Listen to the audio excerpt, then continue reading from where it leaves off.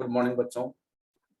आज हम लोग बात करेंगे इंडियन इकोनॉमी के उस सेक्शन की जिसकी बात हम पहले कर चुके हैं। अब आप सोच रहे होंगे कि जिस सेक्शन की बात पहले कर चुके हैं तो फिर उसकी बात क्यों करेंगे। एक्चुअल में हम उसकी बात नहीं करने वाले हैं, उससे संबंधित प्रश्नों की बात करने वाले हैं। क्योंकि जब तक हम जो स्टडी करते हैं उस पर क्वेश्चंस ना करते चलें तब तक हमारी बात अधूरी रह जाती है। बच्चों, इसी अधूरी बात को पूरा करने के लिए हमने प्लान किया है कि सबसे पहले एक सेट क्वेश्चन का हम कर चुके हैं और एक सेट और इस क्वेश्चन का कर लें। फिर उसके बाद में हम लोग सेकेंडरी सेक्टर को पढ़ें, टर्शियरी सेक्टर को पढ़ें और उसके बाद इकोनॉमिक्स के अन्य जो बेसिक पहलू हैं हम उसका स्टडी करें। बच्चों, आइए हम आज इंडियन इकोनॉमी के या इकोनॉमी के दूसरे सेट पर बात करें, क्वेश्चन के दूसरे सेट पर बात करें। बच्चों, आपकी स्क्रीन पर पहला क्वेश्चन दिख रहा है। पहला क्वेश्चन है, निम्नलिखित में कौन सा लक्षण भारतीय अर्थव्यवस्था का नहीं है। याद करिए, ये बताना है आपको कौन सा नहीं है, ये अंडरलाइन करते रहिए, नहीं है नहीं है नहीं है। तो पहला नंबर देखिए, भारत में श्रम की न्यून कार्य क्षमता। न्यून क्षमता कम क्यों होती है? जब आपका लेबर स्किल्ड ना हो। स्वाभाविक सी बात है, भारत में अशिक्षा है और अशिक्षा के होने के कारण हमारा लेबर ज्यादातर अनस्किल्ड है, तो उसकी कार्य क्षमता कम है। दूसरे नंबर, हम एक विकासशील देश हैं और यही कारण है हमारी पर कैपिटा इनकम भी कम है। क्योंकि अगर हमारी पर कैपिटा इनकम अच्छी होती, ज्यादा होती, तो हम विकसित देशों की श्रेणी में पहुंच जाते। ये कम है, ये विकासशील देश का लक्षण है। विकासशील देशों का एक और लक्षण होता है पूंजी निर्माण की न्यून दर। भारत में भी ये कमी है। लेकिन चौथा जो महत्वपूर्ण बात है, प्राकृतिक संसाधनों की कमी, ये भारत में नहीं है। यानी भारत में संसाधनों की कमी नहीं है, अर्थात पर्याप्त मात्रा में संसाधन भारत के पास उपलब्ध हैं, अर्थात यह भारतीय अर्थव्यवस्था का लक्षण नहीं। फिर बच्चों, हम दूसरे क्वेश्चन पर आते हैं, देखते हैं कि आखिर दूसरा क्वेश्चन क्या है। दूसरा क्वेश्चन आपकी स्क्रीन पर, निम्न कारणों में से कौन सा कारण भारत के प्रति व्यक्ति वास्तविक आय में धीमी बढ़त के लिए मुख्य रूप से उत्तरदायी रहा। पहला नंबर है जनसंख्या में तेज बढ़त, बिल्कुल ठीक है। मूल्यों में भारी बढ़त, बिल्कुल ठीक है। जो कम आय वर्ग का लोग रहा वो प्रभावित होता रहा। कृषि एवं औद्योगिक क्षेत्र के विकास में धीमी गति, बिल्कुल ठीक है। हम लोगों ने बात भी किया था, जब प्लानिंग की बात की थी, कि हमारे कृषि के क्षेत्र में भी धीमी प्रगति हुई, औद्योगिक क्षेत्र में भी धीमी प्रगति हुई। विदेशी विनिमय की अनुपलब्धता बनी रही, क्योंकि हम बहुत लंबे समय तक विदेशी पूंजी को अपने देश में आकर्षित नहीं कर पाए और साथ ही साथ हमारी पूंजी खाते पर परिवर्तनीयता और चालू खाते की परिवर्तनीयता भी एक समस्या बनी रही। तो कुल मिलाकर के अगर हम देखें तो इनमें भारत में प्रति व्यक्ति वास्तविक आय में धीमी बढ़त के लिए सभी चारों कारक जिम्मेदार हैं, यानी ऑप्शन डी सही हुआ। फिर उसके बाद में हम लोग चौथे पॉइंट पर आते हैं, चौथे क्वेश्चन पर आते हैं, तीसरे क्वेश्चन पर आते हैं। सॉरी, तीसरे क्वेश्चन में देखिए, भारत में पूंजी निर्माण के आंकड़े एकत्रित करने का काम कौन करता है। यानी भारत में पूंजी निर्माण कितना हो रहा है, कितना नहीं हो रहा है। तो बच्चों, इसमें पूंजी निर्माण की दर हमेशा निर्भर करती है आपके देश में सेविंग पर, और सेविंग करते हैं बैंकिंग संस्थान, जिसकी कंपाउंडिंग एजेंसी है भारतीय रिजर्व बैंक, और साथ ही साथ केंद्रीय सांख्यिकी संगठन भी उसमें पार्टिसिपेट करता है। इस वजह से भारत में पूंजी निर्माण के आंकड़े एकत्रित करने का काम भारतीय रिजर्व बैंक और केंद्रीय सांख्यिकी संगठन के पास है। अर्थात इसमें ए ऑप्शन सही है। फिर बच्चों हम लोग चौथे क्वेश्चन पर पहुंचते हैं। चौथा क्वेश्चन है भारत का आर्थिक सर्वेक्षण यानी इकोनॉमिक सर्वे ऑफ इंडिया प्रत्येक वर्ष सरकारी तौर पर किसके द्वारा प्रकाशित किया जाता है? बच्चों, भारत का इकोनॉमिक सर्वे वित्त मंत्रालय द्वारा प्रकाशित किया जाता है और उसके बाद भारत के वित्त मंत्रालय का प्रकाशन विभाग इसे छापने का काम करता है। तो इसमें ऑप्शन सी सही होगा, यानी पहला ऑप्शन गलत है, दूसरा गलत है, चौथा गलत है और तीसरा ऑप्शन सही है, अर्थात सी ऑप्शन सही है। फिर हम आते हैं पांचवें क्वेश्चन पर। पांचवा क्वेश्चन है सैद्धांतिक रूप से यदि आर्थिक विकास की कल्पना की जाती है तो इनमें से किस एक को साधारणतया ध्यान में नहीं रखा जाता है? सैद्धांतिक रूप से आर्थिक विकास की कल्पना की जाती है। देखिए, इकोनॉमिक डेवलपमेंट की बात करी जा रही है, तो इनमें किस एक को साधारणतया ध्यान में नहीं रखा जाता? पहला नंबर तो सकल घरेलू उत्पाद में वृद्धि। जाहिर सी बात है, बिना सकल घरेलू उत्पाद के उत्पादन आर्थिक विकास होगा नहीं। जैसे जैसे किसी देश का जीडीपी बढ़ता है वैसे वैसे हम कहते हैं आर्थिक समृद्धि हो रही है और आर्थिक समृद्धि से आर्थिक विकास सुनिश्चित होता है। दूसरा है विश्व बैंक से वित्तीय सहायता में वृद्धि। अगर विश्व बैंक से वित्तीय सहायता मिलती रहती है तो निश्चित तौर पर विकास होता है, लेकिन वास्तव में जब आर्थिक विकास की हम कल्पना करते हैं तो ये नहीं कहते कि हम विश्व बैंक से उधार लेंगे, ऋण लेंगे, ये सारी बातें, इसलिए ये हमारे अकाउंटिंग से बाहर चला जाता है।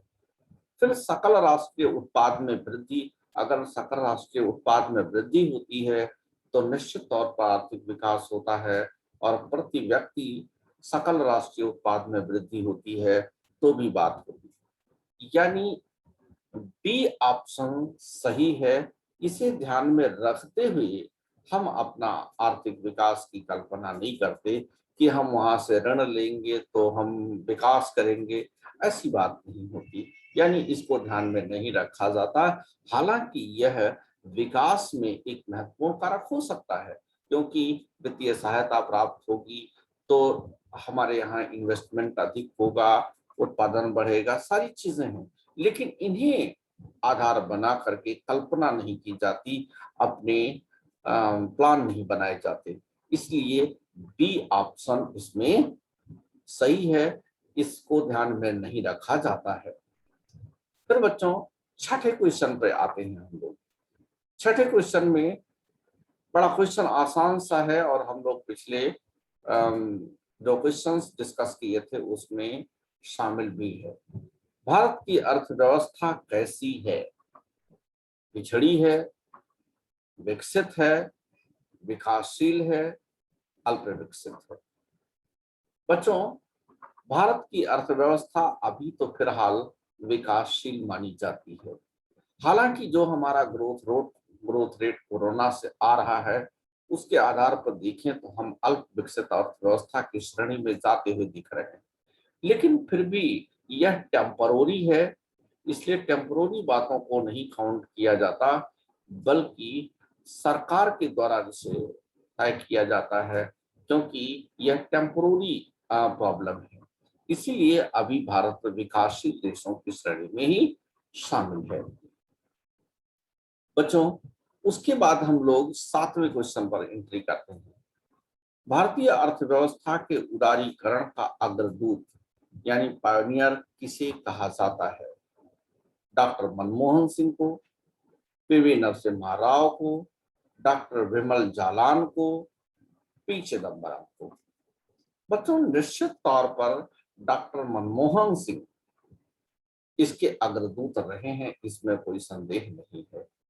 लेकिन यहाँ ऑप्शन में थोड़ा मुश्किल है। मुश्किल ये है कि डॉक्टर मनमोहन सिंह ने पीवी नरसिम्हा राव के नेतृत्व में उदारीकरण की प्रक्रिया को आगे बढ़ाया था, क्योंकि उस समय देश के प्राइम मिनिस्टर वही थे।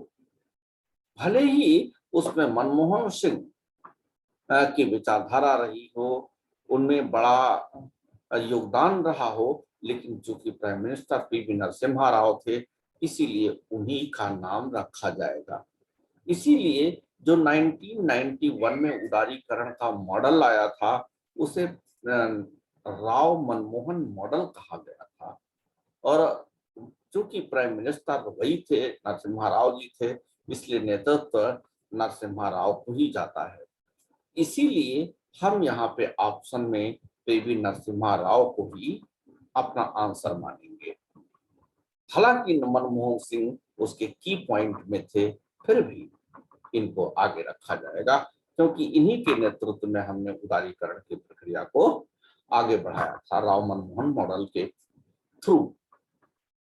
अगला है, सतत विकास का आधार क्या है? सतत मतलब सस्टेनेबल डेवलपमेंट, धारणीय विकास, धारणक्षम विकास, सतत विकास। इसमें इसका आधार क्या है? बच्चों, हम यही मानते थे कि सतत विकास, विकास का मतलब उसमें सारी चीजें शामिल, लेकिन हमारा विकास अगर किसी कारण से प्रभावित हो सकता है तो वह हो सकता है इकोलॉजिकल इम्बैलेंस से। यानी अगर हम पर्यावरण का विनाश करें तो निश्चित तौर पर जो विकास हम आज गेन कर रहे हैं, हमारी आने वाली पीढ़ियां वो विकास गेन नहीं कर पाएंगी। इसीलिए इन्वायरमेंटल डिग्रेडेशन को हम इसमें सतत विकास को मानते हैं कि इसकी वजह से सतत विकास हमारा प्रभावित होता है। सामाजिक दृष्टिकोण बिल्कुल ठीक है। सामाजिक पॉइंट ऑफ व्यू से सतत विकास यानी जब समाज का विकास होता है, रेगुलरली होता रहे। आर्थिक दृष्टिकोण रेगुलरली होता रहे। लेकिन इसमें सतत विकास का आधार पर्यावरणीय दृष्टिकोण माना जाता है कि अगर पर्यावरण सही रहा तो हमारा सतत विकास चलता रहेगा। इसीलिए इसमें सी ऑप्शन को सही माना गया है, क्योंकि पर्यावरणीय दृष्टिकोण ही हमारे आर्थिक विकास को आगे बढ़ा सकता है, यानी रेगुलर आर्थिक विकास को बनाए रखने में सहयोगी हो सकता है। बच्चों, 9वां नंबर है, आर्थिक विकास के अभिप्राय क्या है? सतत आर्थिक विकास का मतलब क्या है? जैसा कि अभी हमने बताया, धारणीय विकास या टिकाऊ विकास। टिकाऊ विकास कब हो सकता है? जब हमारा पर्यावरण ठीक रहे, तो निश्चित तौर पर जो आर्थिक विकास हमारा बना है वह बना रहेगा, एवर इंक्रीजिंग सिचुएशन में होगा। एवर इंक्रीजिंग मतलब सतत बढ़ने वाली प्रक्रिया में होगा। और यह इसका तात्पर्य यही हुआ कि वर्तमान पीढ़ी जिस विकास को एंजॉय कर रही है, वही विकास आने वाली भविष्य की पीढ़ियां भी एंजॉय करेंगी, उससे ज्यादा करेंगी। और ये तभी हो सकता है जब पर्यावरण ठीक हो। ठीक है, कारण तो पर्यावरण है, आधार तो पर्यावरण है, लेकिन मतलब क्या है, अभिप्राय क्या है, मीनिंग क्या है? मीनिंग यही है कि वर्तमान पीढ़ी के साथ साथ भविष्य की पीढ़ियां भी विकास करती रहें। अर्थात 9वें क्वेश्चन में ऑप्शन ए सही होगा। B option, C option, D option गलत है। बच्चों, फिर हम 10वें क्वेश्चन पर एंट्री करते हैं। 10वां क्वेश्चन आपके स्क्रीन पर दिख रहा है। मानव पूंजी में बढ़ता हुआ विनियोग अग्रसर करता है। मानव पूंजी में बढ़ता हुआ विनियोग, इन्वेस्टमेंट अग्रसर करता है। क्या करेगा? अगर मानव पूंजी में वृद्धि होगी, मानव पूंजी में इन्वेस्टमेंट होगा, अर्थात मानव को पूंजी बनाने का प्रयास होगा, तो इसमें क्या होगा? निश्चित तौर पर मानव पूंजी में अगर निवेश होगा तो उसका फायदा मिलेगा कि मानव की कुशलता में वृद्धि होगी। मानव की कुशलता में अगर वृद्धि होती है तो निश्चित तौर पर संसाधनों का समुचित ऑप्टिमम यूटिलाइजेशन होगा, और यूटिलाइजेशन होगा तो उत्पादकता में और उत्पादन में वृद्धि होगी। अर्थात यहाँ पर डी ऑप्शन सही है, क्योंकि मानव पूंजी में बढ़ता हुआ विनियोग कुशलता में वृद्धि लाएगा, और कुशलता से दोनों ऊपर वाले ऑप्शन भी संभव होंगे। तो ये उपरोक्त सभी ऑप्शन सही है। फिर हम लोग 11वें क्वेश्चन पर आते हैं। बच्चों, जो 11वां क्वेश्चन हमारा है उसमें देखिए, समावेशी समृद्धि के लिए आवश्यक है। समावेशी को इंग्लिश में कहते हैं इंक्लूसिव, और समृद्धि का मतलब growth. Inclusive growth, inclusive growth का मतलब growth to the each and every person of the society. अर्थात अगर किसी भी देश के प्रत्येक वर्ग में समृद्धि हो तो उसे हम समावेशी समृद्धि यानी इंक्लूसिव डेवलपमेंट अर्थात इंक्लूसिव ग्रोथ कहते हैं। तो क्या आवश्यक है इंक्लूसिव ग्रोथ के लिए? इंक्लूसिव ग्रोथ के लिए जरूरी है कि हमारे देश की या किसी भी देश की इंफ्रास्ट्रक्चर का विकास हो। उस इंफ्रास्ट्रक्चर का लाभ सभी लोग उठाएंगे। गांव देहात तक, समाज के इंटीरियर एरियाज तक अगर सड़कें हों तो वहां तक के लोग अपनी कमोडिटीज का सही रेट पाएंगे और उनका विकास संभव होगा, सुविधाएं उन तक पहुंचेंगी। कृषि का पुनरुद्धार हो तो निश्चित तौर पर कृषक वर्ग, जिसे हम आमतौर पर पिछड़ा हुआ मानते हैं, उसका भी विकास संभव होगा। शिक्षा और स्वास्थ्य जैसी सामाजिक सेवाओं की अधिकाधिक उपलब्धता होगी तो शिक्षा से स्किल बढ़ेगा, स्वास्थ्य से कार्य करने की क्षमता बढ़ेगी। निश्चित तौर पर इससे हर समाज, हर क्षेत्र का विकास संभव होगा, और ऐसी स्थिति में हम कह पाएंगे कि डेवलपमेंट और growth to the each and every person of the society, यानी चारों ऑप्शन सही हैं। यानी समावेशी समृद्धि के लिए ऊपर के तीनों ऑप्शन सही हैं, अर्थात डी ऑप्शन सही होगा, उपरोक्त सभी। बच्चों, अगला क्वेश्चन हमारा है क्वेश्चन नंबर 12। किस प्रकार की बिजली का भारत में बिजली उत्पादन में सर्वाधिक हिस्सा है? यानी सबसे ज्यादा किस चीज का बिजली उत्पादन में हिस्सा ज्यादा है?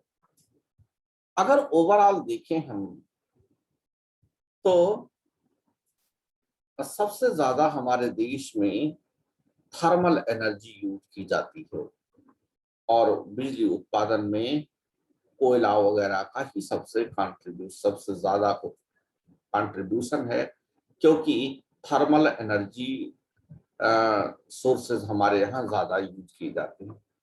लेकिन इसमें ऑप्शन नहीं है। इसमें देखिए, पहला है नाभिकीय, दूसरा है जल विद्युत हाइड्रो इलेक्ट्रिसिटी, तीसरा न्यूक्लियर इलेक्ट्रिसिटी, और चौथा दिया है तीनों का अंश समान है। अंश समान नहीं है पहला नंबर।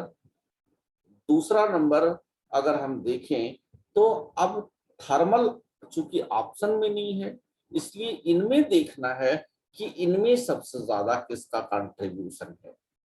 तो इनमें हाइड्रो इलेक्ट्रिसिटी का कंट्रीब्यूशन ज्यादा है, जो 17% के आसपास हम राउंड फिगर में कहें तो देश में हाइड्रो इलेक्ट्रिसिटी का उपयोग हो रहा है। इसीलिए दिए गए ऑप्शंस में से जल विद्युत सही है। वैसे ओवरऑल देखें तो थर्मल एनर्जी यानी ताप विद्युत ज्यादा सही आंसर होगा। फिर उसके बाद में हम लोग और आगे बढ़ते हैं। फिर हम लोग क्वेश्चन नंबर 13 पर पहुंचते हैं। क्वेश्चन नंबर 13 में है अर्थशास्त्र धन का विज्ञान है, यानी economics is the science of wealth. Wealth का साइंस है, यह बात किसने कही थी? वास्तव में यह बात कही थी एडम स्मिथ ने, जो 1776 में एक किताब लिख करके यह कॉन्सेप्ट दिया। 1776 में एडम स्मिथ ने एक किताब लिखी, an inquiry into the nature and wealth of nations, nature and causes of wealth of nations, जिसे हम संक्षिप्त में वेल्थ ऑफ नेशंस भी कहते हैं। उसी पुस्तक में इन्होंने अर्थशास्त्र को धन का विज्ञान कहा था। बड़ी अच्छी किताब है और इसी किताब ने इतनी बड़ी क्रांति लाई कि एडम स्मिथ को फादर ऑफ मॉडर्न इकोनॉमिक्स भी कहा जाने लगा। बच्चों, क्वेश्चन नंबर 14 आपके सामने स्क्रीन पर है।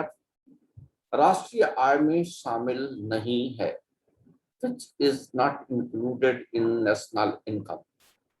पहला नंबर किसी फर्म की बिक्री, कर्मचारियों का वेतन, आईटी क्षेत्र का निर्यात, भूमि की बिक्री। 4 ऑप्शन दिए। किसी फर्म की बिक्री करते हैं तो निश्चित तौर पर फर्म में इन्वेस्टमेंट बढ़ता है, घटता है, इसका राष्ट्रीय आय में शामिल होता है। कर्मचारियों का वेतन भी उसमें काउंट किया जाता है। आईटी क्षेत्र का निर्यात या किसी क्षेत्र का निर्यात हो तो नेशनल इनकम में शामिल होता है, लेकिन भूमि की खरीद बिक्री राष्ट्रीय आय में शामिल नहीं की जाती। तो इसमें से चौथा ऑप्शन डी सही है। फिर उसके बाद में हम लोग अगले क्वेश्चन पे आते हैं, क्वेश्चन नंबर 15। निम्न में से किस सिद्धांत को आमतौर पर व्यष्टि अर्थशास्त्र यानी माइक्रो इकोनॉमिक्स में शामिल किया जाता है? बच्चों, हम पहले आपको बता चुके हैं कि इकोनॉमिक्स को इन जनरल वैसे तो 3 पार्ट हैं, फिर उसके भी सब डिविजन्स हैं, लेकिन सामान्य रूप से इकोनॉमिक्स को हम 2 भागों में डिवाइड करते हैं। एक माइक्रो इकोनॉमिक्स अर्थात व्यष्टि अर्थशास्त्र, और दूसरे नंबर पे मैक्रो इकोनॉमिक्स अर्थात समष्टि अर्थशास्त्र। व्यष्टि अर्थशास्त्र में मूल्य का सिद्धांत शामिल किया जाता है, क्योंकि मूल्य का सिद्धांत कीमत प्राइस, यह वास्तव में बाजार के किसी एक पहलू को दिखाता है, छोटे स्तर के पर, छोटे माइक्रो लेवल पर बात करता है, इसलिए हम इसे माइक्रो इकोनॉमिक्स में रखते हैं। तो मूल्य का सिद्धांत वास्तव में व्यष्टि अर्थशास्त्र का पार्ट है। फिर आइए, उत्पादन का निष्क्रिय कारक क्या है? उत्पादन का निष्क्रिय कारक क्या है? पहला नंबर केवल भूमि, दूसरा नंबर केवल पूंजी, तीसरा नंबर भूमि और पूंजी, चौथा नंबर ना भूमि और ना ही पूंजी। बच्चों, इसमें ऑप्शन ए होगा, क्योंकि भूमि को हम न्यूट्रल मान करके खेती करते हैं। वास्तव में हम बीज लेते हैं, हाई यील्ड देने वाली वैरायटी तैयार करते हैं, हम इरिगेशन फैसिलिटी डेवलप करने की कोशिश करते हैं, हम पेस्टिसाइड लाते हैं, हम बीमा कराते हैं, यानी अनेक तरह से उसमें टेक्निक का यूज करते हैं, लेकिन भूमि को पर हम ज्यादा कार्य नहीं करते, अर्थात उसे एक इनएक्टिव फैक्टर माना जाता है उत्पादन का। ये हालांकि इसका भी कंट्रीब्यूशन है, लेकिन फिर भी हम भूमि को इसका इनएक्टिव कारक मानते हैं। तो इस प्रकार से बच्चों हम लोगों ने 16 क्वेश्चन को हल किया और हमने ऐसे क्वेश्चंस को शामिल किया था जहां पर अमूमन आप फंसते हो।